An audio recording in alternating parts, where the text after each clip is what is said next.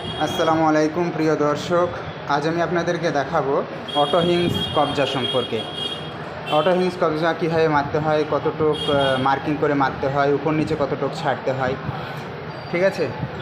এবং অটো হিংস ফলাটা কীরকম, মানে যেটা দিয়ে কাটা হয় সেটা কীরকম, এইগুলোই দেখাবো। যেরকম এটা হলো অটো হিংস ফলা। এই যে ফলটা দেখছেন, এটা হলো অটো হিংস। এই কবজা মারার জন্য এই ফলটা লাগে, ঠিক আছে। এটা এই ফলটা যতটা পুরুত্ব আছে, অর্থাৎ যতটা মোটা, এতটা মোটা পরিমাণই ফুটোটা করতে হবে, ঠিক আছে।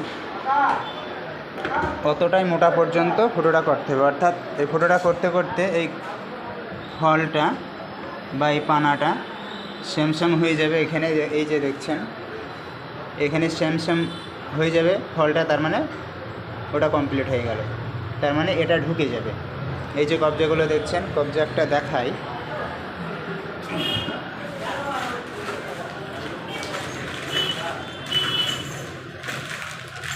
এই যে এর মধ্যে কবজা আছে, কবজাটা আমি কাটছি।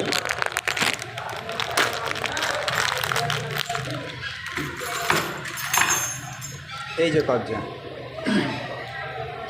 এই যে উঁচু একটা জায়গা আছে, এইটা ওখানে ঢুকে যাবে। এই যে এখানে দেখাচ্ছি আপনাদেরকে, এই যে কবজার এই উঁচু জায়গাটা এইভাবে এখানে ঢুকে যাবে। এই যে সেটিং হয়ে গেল। এই যে পাশে দেখছেন এরকমভাবে সব সেটিং হয়ে যাবে, ঠিক আছে। এখানে গুরুত্বপূর্ণ কথা হলো যে এই দিক থেকে 7 সুতো ছেড়ে এই যে ফুটোটা দেখছেন, অর্থাৎ এখান থেকে 7 সুতোতে মার্কিং করে ওখানে এই অটো হিংস কবজার যে ফল বা পানা, ওটা ওই ওখানে রেখে ফুটোটা করতে হবে। 7 সুতোতে সেন্টার, এখান থেকে 7 সুতোতে সেন্টার, এখানে রেখে ফুটোটা করতে হবে। ওটা না হয় বুঝলাম। আরেকটা যেটা বিষয় এখানে, সেটা হলো যে উপর নিচ যে ছাড়ার নিয়ম, এটা কেন এখানে, কেন আরও দূরে নাই, কেন এতটা এখানে ছাড়লাম বা এত কাছে কেন করলাম না, সেটা হলো এটা যদি একদম কাছে ছাড়ি, তাহলে আমরা যখন এই স্ক্রুপটা লাগাবো, ওই যে জায়গাগুলো দেখছেন বা এই যে জায়গাগুলো দেখছেন, এই যে পাল্লা, এটা এই যে পাল্লাটা দেখছেন, স্ক্রুপটা যখন লাগাতে যাব তখন আমাদের কষ্ট হবে, লাগানো অসুবিধা হবে, তাই এতটুকু ছেড়ে দিতে হয়। এটা আমাদের স্ক্রুপটা লাগানো সুবিধা হবে, এটার জন্য, ঠিক আছে। আর একটা যেটা বিষয়, যে এই যে উপরে দেখেন, এখানে এতটুকু ক্লিয়ার, কিন্তু এখানে নিচের ক্লিয়ারটা কিন্তু বেশি। তার কারণ হলো এই যে এখানে স্কার্টিং আছে, সেই জন্য স্কার্টিংটার জন্য উপরে উঠিয়ে দেওয়া হয়েছে, নাহলে এখানে আটকে যাবে। এগুলোতে এখানে আটকে যাবে, এখানে দিলে পারে এটা আটকে যাবে, সেই জন্য এটা উপরে তুলে দেওয়া হয়েছে। এই হলো কবজা মারার সিস্টেম। যেখানে যে পজিশন সেটা দেখে নিয়ে কবজাগুলো মারতে হবে। আর এদিক থেকে 7 সুতোতে সেন্টার, এ সাইড থেকে 7 সুতোতে সেন্টার করে কবজাগুলো করতে হবে। আরেকটা যেটা বিষয়, যে ডিগ্রি, এখানে আপনারা দেখতে পাচ্ছেন এই যে এই জায়গাটা একদম লেভেল, কিন্তু পাশেরটা দেখেন, এই সাইড থেকে দেখলে ভালো বুঝতে পারবেন। পাশেরটা দেখেন, এটা কিন্তু এখান থেকে ঢালু বা উঁচু, এই জায়গাটা দেখেন ঢালু, পাশেরটা এটা কিন্তু একদম লেভেল। এই জায়গাটা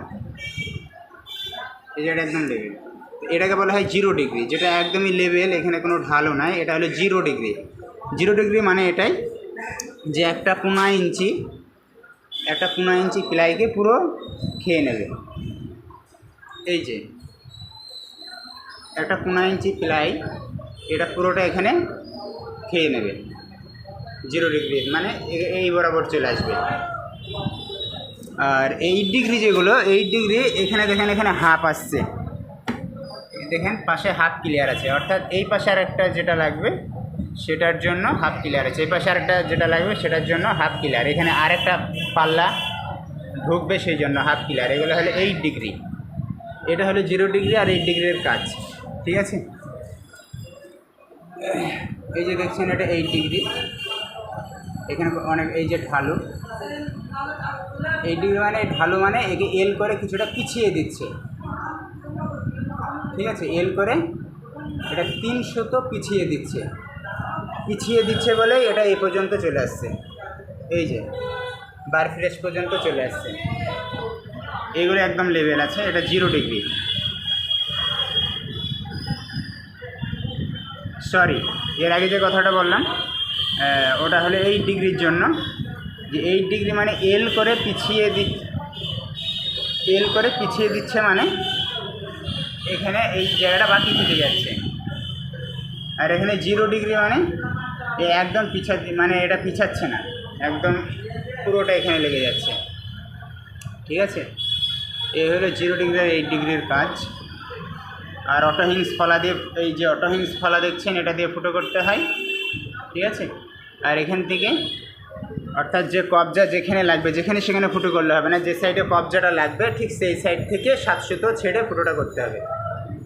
এই হলো অটোহিংস কবজার লাগানোর নিয়ম।